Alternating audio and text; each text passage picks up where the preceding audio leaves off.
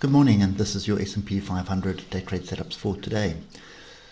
So we did hit the bottom of the channel. You can see we tagged the bottom of the channel. It's also the 50% Fibonacci of the previous move up, and it's also options expiry, and basically almost every month around the same time, if you go back, price drops off before expiry and then sort of starts to rally again after options expiry. So for me at the moment, this is an opportunity to buy. There's no reason why we should be thinking of anything else.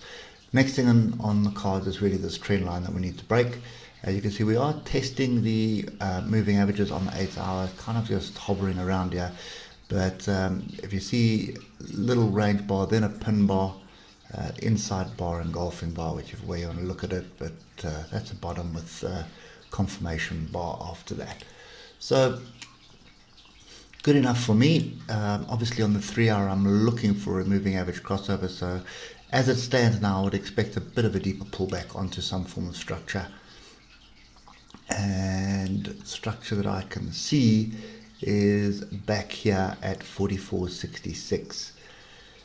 Ultimately there is another trend line, so let me just get this one here. So you had that trend line which was broken, and then you've got this trend line which is also broken. So we are hovering around here on the 155 EMA. So yeah, once we get above that on the 3 hour and we hold it, then I would say 3 hour trend has reversed. Oscillators are all over the place, a bit of diversions forming as well.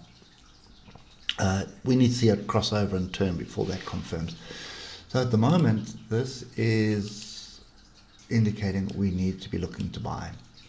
Right, so let's just have a look at the hour. That's the one we're interested in, and like I said to you yesterday, we're going to need to break above this structure here. So you can look left at a lot of structure over here. That's 44.92.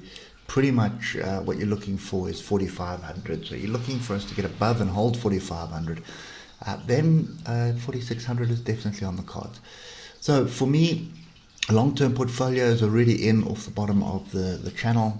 It's less risk because there's no leverage on that, so that's already done. Now what I'm looking for is opportunities to trade, and we'll be looking for opportunity to buy into this based on structure.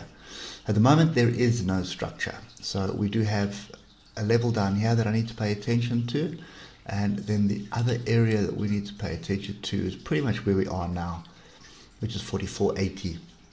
So the 44.80 area, if we can hold that area, then I would expect some form of a flag to play out. Then we're looking for a break above 44.93. So I don't just want to see the break, I want to see a break, a little bit of a run, and a pullback to come and test that. That's kind of the structure we're looking for. But yeah, it's looking pretty at the moment. Just need to wait for these moving averages to cross over on the hour. That's going to confirm the trend for us, specifically on the hour, and you can see that's a fairly strong indicator. For as long as we're below the 155, trend is down. Once we're above it and the moving averages have crossed over, trend is up, and then we're looking to buy into this. So that's kind of my trading outlook for today. Definitely pay attention to the jobs number coming out later today. That may actually just be a catalyst to drive this, just give it the nudge up that it needs. But from a daily perspective, that's a pretty bullish bar. That look at the oscillators here, massive diversions on the daily. So yeah, a move above the high of yesterday, which is 44.93, that just validates moves to the upside, and I'm looking for 4,600 at the moment. That should be almost near the top of the channel again.